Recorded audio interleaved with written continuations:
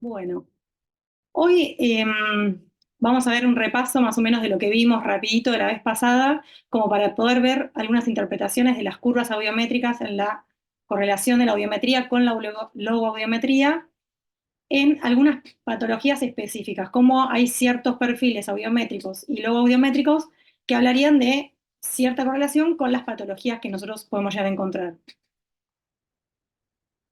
A ver.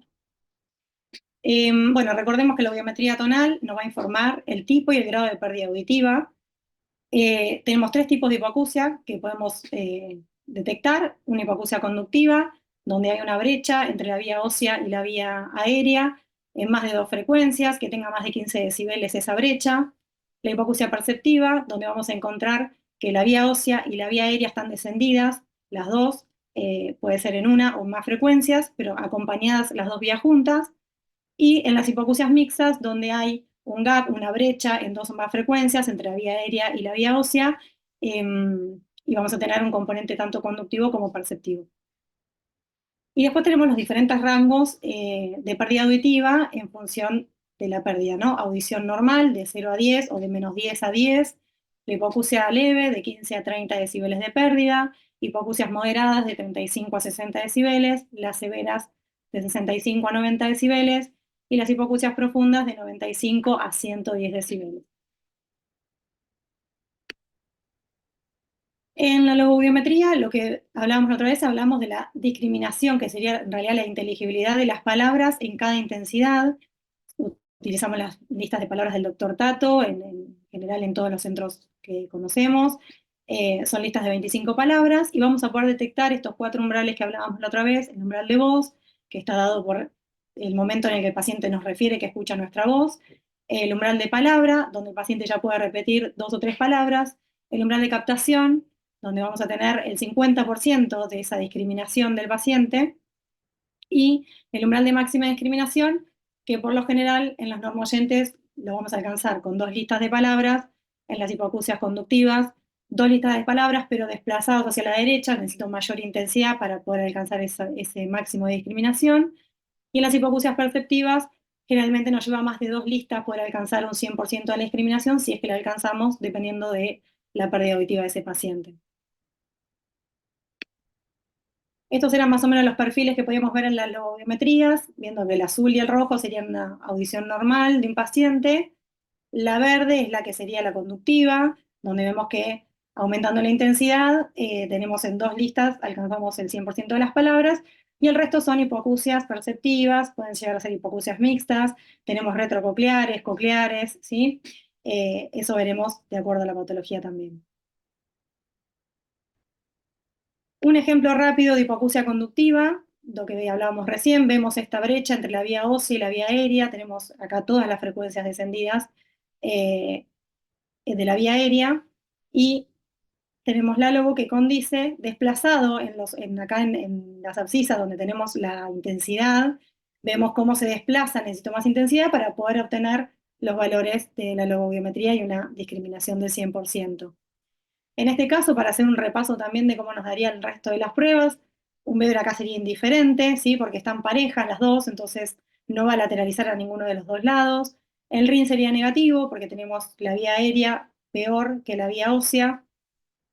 Y bueno, y lo que decíamos recién de las listas de palabras, las hipoacusias conductivas generalmente llegan al 100%, no tienen dificultades en lo que es la discriminación de la palabra. En las hipoacusias perceptivas o retrococleares, acá podemos ver un ejemplo de una hipoacusia unilateral en el oído derecho que va de leve a severa, y vemos cómo acá en la hipoacusia perceptiva retrococlear vemos esta meseta que habíamos hablado la otra vez, donde a veces no se llega al 100% de la discriminación y está desplazado hacia la derecha todo lo que es la curva con respecto al oído izquierdo, que es una audición normal, y necesitamos varias listas de palabras para poder alcanzar el máximo de ese paciente. Como decíamos hoy, en este caso no estamos alcanzando al 100, pero este es el máximo de este paciente. Y podemos ver también en una perceptiva por una cortipatía, donde vemos un descenso en ambos oídos, en este caso es una pérdida que va de leve a moderada, lo mismo, desplazadas las curvas hacia la derecha, vemos que aparece el reclutamiento, ¿sí? Como a medida que aumentamos la intensidad empieza a decrecer la discriminación de las palabras. Y en las hipoacusias mixtas tenemos los dos componentes, tanto lo conductivo como lo perceptivo, entonces se va a ver afectada la discriminación, voy a necesitar más listas de palabras para poder llegar a un 100% o al máximo de discriminación, pero el componente conductivo hace que sea más fácil. Una vez que nosotros salteamos con intensidad ese componente conductivo, logramos que sea más fácil acceso a la palabra para ese paciente. Bien, vamos a ver algunas de las patologías que podemos llegar a encontrar en los pacientes que veamos en consultorio o en el hospital. En este caso, por ejemplo, es una otitis media, ¿no? Tenemos, como veíamos hoy en el ejemplo anterior, una brecha, un gap osteoaéreo en todas las frecuencias, es mayor a 15 decibeles en todas. Acá el Weber nos daría indiferente nuevamente. El RIN negativo bilateral, y bueno, esto es una hipoacusia conductiva leve, está ahí al límite entre leve y podría llegar a ser moderada alguna frecuencia. En las malformaciones, por ejemplo, en una digenesia o en una desarticulación de cadena, podemos encontrar estas diferencias mucho más grandes. Esto es importante para que ustedes lo vean. Si nosotros encontramos un estudio con una diferencia osteoaérea de 50 decibeles o 60 decibeles, tengo que sospechar de otra cosa y no de una otitis. Si no tengo una digenesia, que eso es evidente en el paciente, lo puedo ver porque se ve anatómicamente, lo que tengo que sospechar quizá es una desarticulación de la cadena, ¿sí? Acá vemos cómo aparece la curva sombra, esto que hablábamos la otra vez, cómo se ensordeció la vía aérea, porque tengo una diferencia tan grande que acá podría haber prestado este oído al otro. Cuando corroboramos los umbrales, vemos que quedan fijos a 5 decibeles de diferencia con la curva sombra que habíamos marcado, entonces ahí la audición cruzada nos quedamos tranquilos que no sucedió, sino que esta es la audición real del paciente. El Weber en este caso lateralizaría al lado izquierdo, al lado de mayor gap, ¿sí? El oído derecho tenemos un RIN positivo, tenemos audición normal, y en el oído izquierdo un RIN negativo. Em, Perdón, ¿qué me pasó eso? Y en la logobiometría vemos cómo se correlaciona la audición normal del oído derecho con una curva normal de logobiometría, alcanzando un 100% en una lista, en dos listas de palabras. Y lo mismo sucede para el lado contrario, en dos listas de palabras desplazadas hacia la derecha, compensando la parte conductiva. Acá vemos cómo recién la voz el paciente lo percibe a 65 decibeles, coincidiendo con los primeros tonos que nosotros tenemos acá de la palabra, ¿sí? Recuerdan que la logobiometría tomaba en cuenta los umbrales de la frecuencia 500, 1000, 2000 y 4000. Y acá coincide que a los 65 decibeles tengo el primer tono en la audiometría y tengo el umbral de voz, y después ya tengo otra vez a 65 el siguiente tono, lo que me daría la palabra ya en 70, y ahí podemos empezar a ascender para ir armando la curva logobiométrica. Cuando tenemos una otitis media colesteatomatosa, es otro tipo de otitis, en donde acá hay una complicación. El grado de complejidad y el grado de pérdida auditiva que nos va a dar en estos pacientes va a depender también mucho de la lesión que haya, o sea, del grado de perforación que tenga la membrana timpánica. Pueden ser hipoacusias conductivas, pero también generalmente cuando hay un componente ya coclear involucrado, nos dan hipoacusias mixtas, ¿sí? Entonces, este es un tipo de pérdida que nosotros podríamos encontrar en un colesteatoma.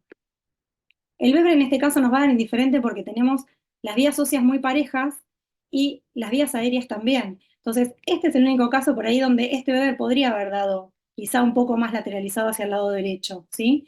Pero acá no me va a responder la mejor cóclea, sino en este caso me va a responder el que tenga mayor gap. Podría haber sido lateralizado o con predominio derecho.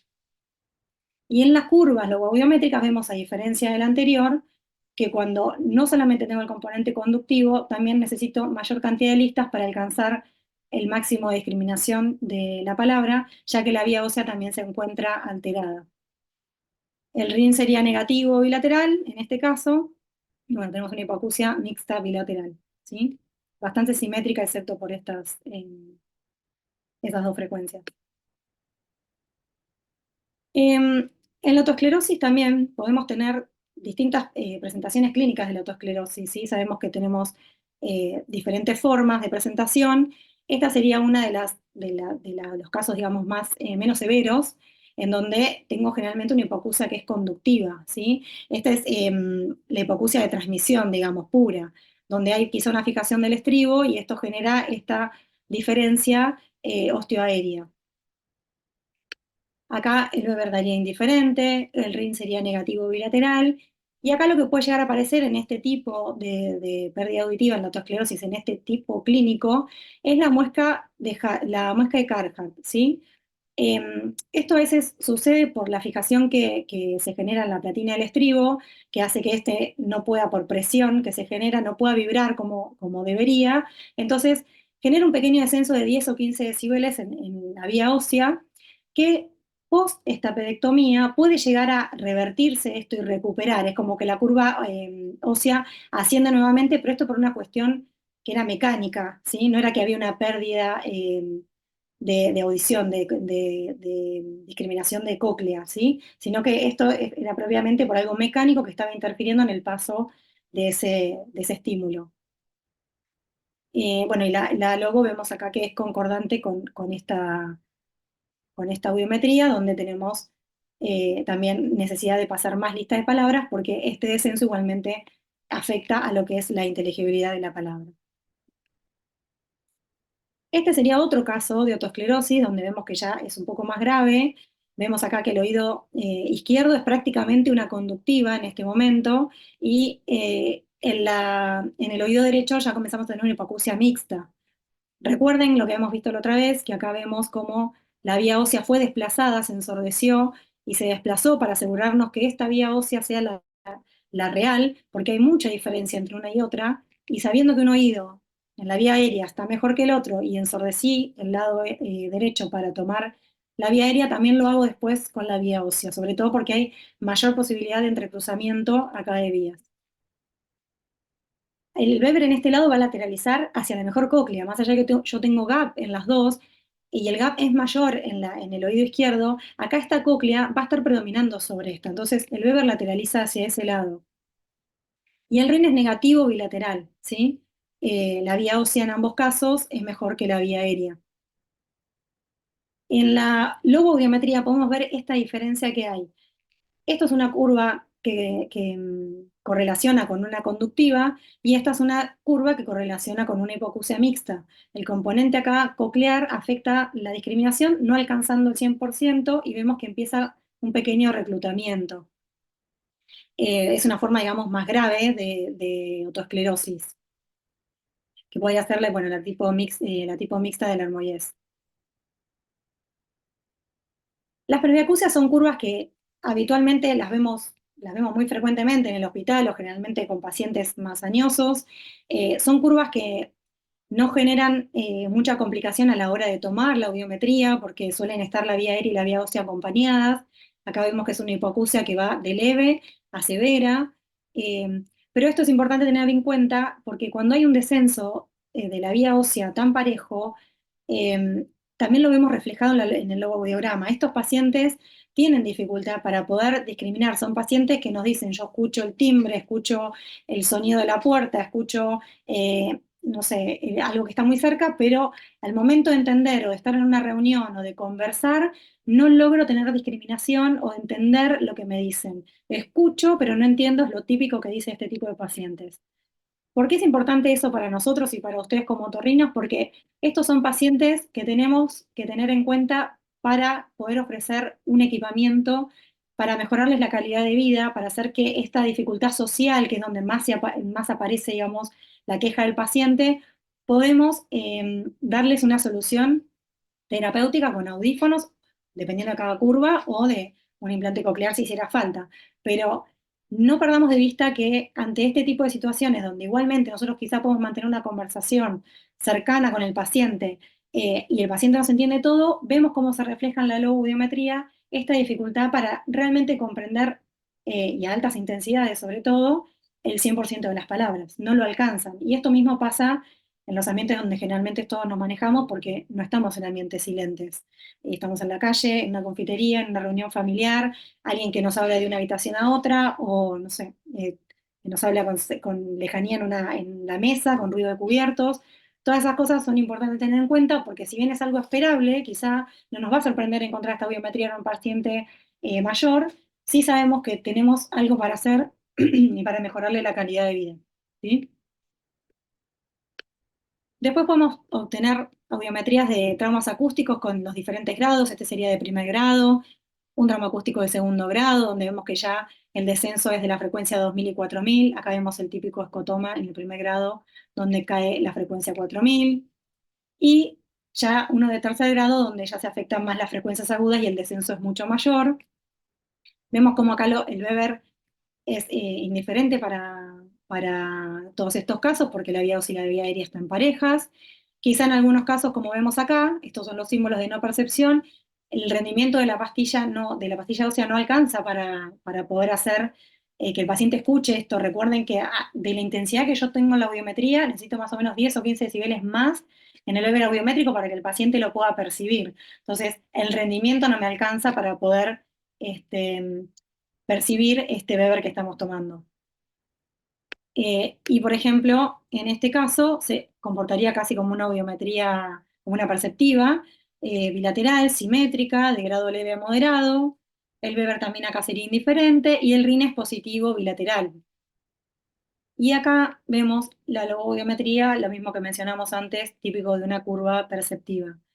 Lo importante de los traumas acústicos, como hoy también Natalia refería en su clase con el tema de altas frecuencias y la exposición al ruido, el trauma acústico puede ser algo que aparezca repentinamente, que sea un trauma agudo, por una explosión, por un ruido fuerte, y generalmente eso lesiona y lesiona la cóclea de una manera casi irreversible, o puede ser una hipoacusia que sea inducida por ruido, alguien que trabaja en ambiente ruidoso, y esa exposición durante muchos años, mucho tiempo, a ruidos fuertes, va generando un deterioro a nivel coclear que se va a ir reflejando con el tiempo en estas audiometrías que mostramos de los otros grados, ¿sí? En esto ustedes también pueden hacer mucho hincapié, tanto como nosotras, en el tema de prevención, ¿sí? En la enfermedad de Meniere, sabemos que es una pérdida auditiva donde el paciente tiene como sintomatología muy característica. Son pacientes que en el momento de las crisis, en el momento que se da ese hidrops, esa presión endolinfática que tiene el paciente, cursa con un montón de síntomas neurovegetativos, en donde el paciente está mareado, tiene acúfenos, siente que no puede entender lo que le dicen. La curva típica de la enfermedad de Meniere es esto, una caída en sonidos graves y los sonidos agudos, digamos, pueden ir descendiendo con el tiempo, ¿sí? Esto es algo que puede progresar con cada una de las crisis que sufre este paciente. Cada crisis genera un deterioro a nivel coclear.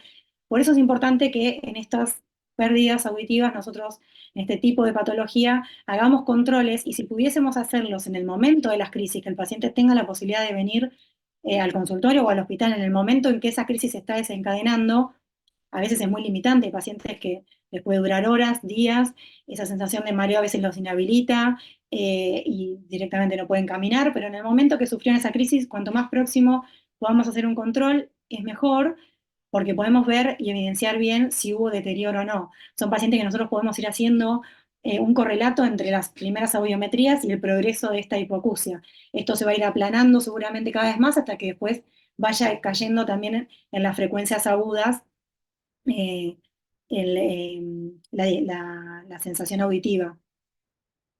Y lo ideal también sería que si uno hace el seguimiento de estos pacientes, sabemos que esto es complicado, pero podría hacerlo en el mismo centro, con el mismo audiómetro, si hay varias cabinas, hacerlo en las mismas cabinas, si puede ser la misma persona que lo toma, que sea la misma, cuanto menos variables nosotros interpongamos en esto, más clara es la evolución de esta patología y podemos ir correlacionando bien los estudios.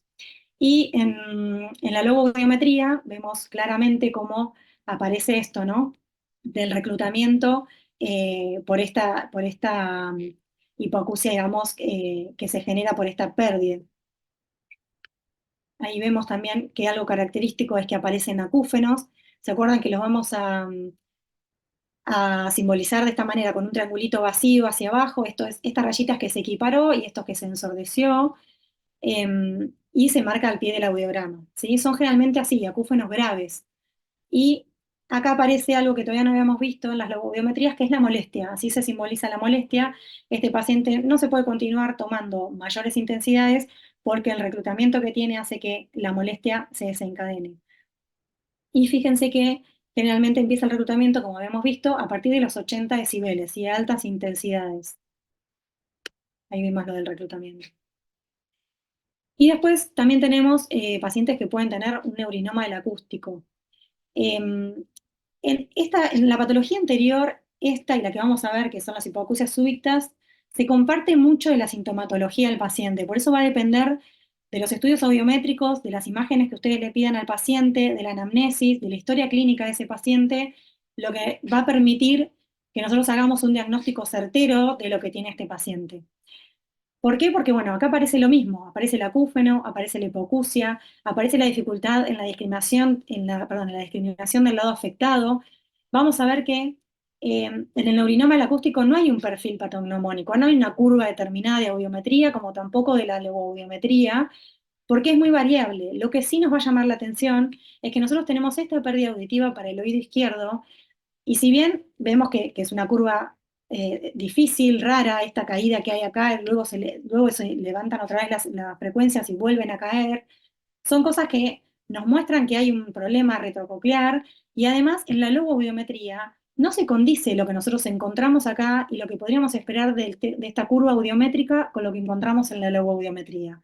Los perfiles nos llaman la atención porque se mesetan, no llegan al 100%. Con estas óseas, con esta curva, el paciente tranquilamente podría llegar con más listas de palabras a un 100%. Pero son características típicas de lo que es el neurinoma. Incluso podría ser aún peor, podría ser una campana mucho más chiquita, más reducida, quizá no llegar al 50%. ¿Sí? Entonces son signos de alertas de que a mí me hablan de que con esta audiometría, donde puede lograr detectar todos estos sonidos, no puede discriminar, acá hay otra cosa que está afectando esta discriminación.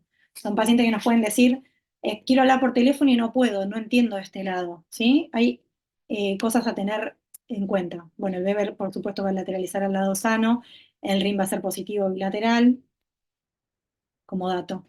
Y en la hipoacusia súbita, esto que decíamos hoy, se comparte mucho de la sintomatología de estas últimas dos patologías. Hay algo característico de estos pacientes. Esto se presenta de hipoacusia, como se llama con el nombre, súbita, de repente. El paciente eh, escuchaba bien y de repente dejó de escuchar, se levantó y no escucha.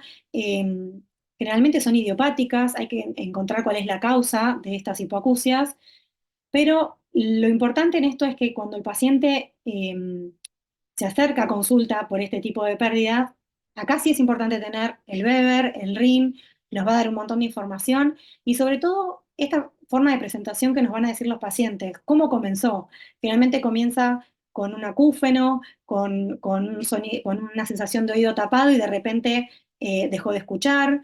Entonces, es muy importante la anamnesis que nosotros hagamos, porque detectar esto a tiempo va a favorecer mucho el tratamiento posterior. En el hospital nosotros tenemos un protocolo de hipoacusias súbitas, donde de acuerdo a la presentación, si el paciente llega antes de los 10 días de haber tenido este episodio, se hace un tratamiento con intratimpánico, y si es posterior a los 10 días hacen tratamiento oral. Eso por supuesto lo administran los médicos. También van a pedir otros estudios como para ver si hay algún otro problema, imágenes, para ver si no se trata de esto que decíamos hoy, de un tumor. Eh, y vamos a ver lo mismo, que la logoaudiometría no se condice con el perfil audiométrico que yo tengo. Para este paciente, donde acá vemos los desplazamientos, esas óseas, esta no está, esta no la percibe, esta no la percibe, esta tampoco, pero sí hay tonos de vía aérea. Esto puede ser que no lo perciba porque yo no alcanzo a medir con la pastilla ósea hasta acá abajo, no puedo, no me lo permite el audiómetro. Pero teniendo tonos, podría esperar que esto dé un poco mejor. Por lo menos, viendo que acá yo tengo el tono 500 en 70 o en 80, podría esperar que acá aparezca algo antes. Y fíjense que no hay percepción de la palabra. Recién umbral de voz a 100 decibeles, que muchas veces lo manifiestan como un golpe, un ruido, sienten que algo vibra, pero no logran determinar si es voz o no es voz. Entonces son pacientes que tienen características muy particulares, que puede ser que vengan también mareados, que estén nauseosos. Todo eso va a depender del grado de severidad de esta pérdida auditiva que tengan. Pero bueno, la importancia de esto es detectarlos lo más tempranamente posible para poder dar un tratamiento y ver si con eso se puede mejorar el estado de esa audición. En nuestra experiencia en la clínica, lo que vemos que las audiometrías, que generalmente nos dan una pérdida moderada, son las que a veces mejor recuperan, y sobre todo si yo tengo que sea un perfil audiométrico chiquito, pero lo tengo. Estos casos donde son tan severos, es mucho más difícil que recuperen. Pero no obstante esto, el tratamiento se hace igual y se ofrece igual y hacemos el control en el momento en que llega el paciente y post-tratamiento, ¿sí? Bueno, lo que decíamos recién, la discriminación está muy alterada, hay una distorsión y una discordancia en la audiometría y la logoaudiometría. Eh, y el pronóstico de estos pacientes, bueno, lo va a determinar el resultado que tenga con el tratamiento. Quizá a veces si con uno de los tratamientos no funciona, se hace el segundo tratamiento como para ver algún tipo de rescate si se logra mejorar en algo, ¿sí? Pero bueno, esto es muy particular de cada persona en particular. Y como para ir concluyendo, como hablamos la otra vez, cosas importantes para que ustedes tengan en cuenta en la práctica diaria. A veces uno subestima la anamnesis, pero a través de la anamnesis tenemos un montón de información, ya sea para poder ver o sospechar el tipo o grado de pérdida auditiva. Podemos saber cuáles son las quejas del paciente, podemos orientarnos en el desarrollo de cómo se dio en la antigüedad de esta hipoacusia o en los aspectos que nos digan de qué manera apareció, cuál es la queja de ese paciente. Entonces, todo eso nos va a ir dando una idea para ir cerrando después en un diagnóstico, pero siempre correlacionando estudios, ¿sí? Ninguno de estos estudios solo o de por sí va a poder dar un diagnóstico. Fíjense lo que decíamos recién entre el Meniere, la hipoacusia súbita o el neurinoma del acústico. Comparten un montón de sintomatología. Entonces, si no tenemos con qué corroborar, no podemos dar un diagnóstico certero. Por eso, si bien todas estas cosas nos dan pistas para ir llegando a ese diagnóstico, necesitamos poder tenerlo de manera certera. Esto es otra cosa importante por ahí a decirlo, ya que hay acá personas escuchando de un montón de lugares diferentes a quizás centros especialistas o centros grandes de atención. En las órdenes soliciten todo lo que ustedes crean necesario. Nosotros en el hospital tenemos acceso, como decía Natalia hoy, si nosotros vemos que estaría bueno tomar una audiometría de alta frecuencia, tenemos la posibilidad de hacerlo, lo tenemos ahí, hablamos con el médico y lo hacemos. Pero si ustedes mandan estudios a pedir en otro consultorio donde la fonoaudióloga trabaja en otro lado, si ustedes no piden el Weber, si ustedes no piden el RIN, si no piden la acufenometría, si no piden la logoaudiometría por vía ósea, todo lo que no se pide no se hace. Entonces, para agilizar, para ahorrar tiempo y para tener algo que a ustedes de verdad les sirva al momento de recibir ese paciente con los estudios, pidan todo en las órdenes, porque les va a ayudar a ustedes a esto, a hacer un diagnóstico más certero. Y después, no olvidar que para todos los tipos de pérdida auditiva, en este momento hay un montón de opciones terapéuticas para ofrecer, ya sea para hipoacusias conductivas, para digenesias con implantes osteointegrados, con audífonos que son cross o bicross, para pacientes con pérdidas auditivas perceptivas o mixtas, como la otoesclerosis, que con un audífono podemos darle al paciente un resultado y una calidad de vida óptima, o para pérdidas mucho más graves y profundas, donde tenemos hasta el implante coclear. Entonces, siempre hay opciones. Para el paciente a veces es muy importante que nosotros le demos una opción. Aparte para el paciente saber qué es lo que tiene, lo tranquiliza, saber que hay algo que se puede hacer también tranquiliza, porque para los que todavía no tenemos pérdida auditiva, desconocemos a veces la limitación que esto genera a nivel laboral, a nivel social. Entonces, darles opciones y decirles que se puede hacer algo con todo eso, la verdad que para el paciente es importante y es lo que viene a buscar. Viene o a curarse o a poder, digamos, llevar la dificultad que tenga de la mejor manera. Y bueno, y el trabajo interdisciplinario para nosotros es fundamental, aunque no trabajen en un lugar cercano con la fonoaudióloga o con el resto de las especialidades que necesiten, busquen esto ante la duda, consultar, volver a hacerlo. Si hay algo que les llama la atención de los estudios, volver a pedirlo y empezar a generar esa red de profesionales en los que ustedes puedan confiar y esto sea un ida y vuelta por ahí un poco más práctico. Y bueno, y eso es todo. Así que muchas gracias.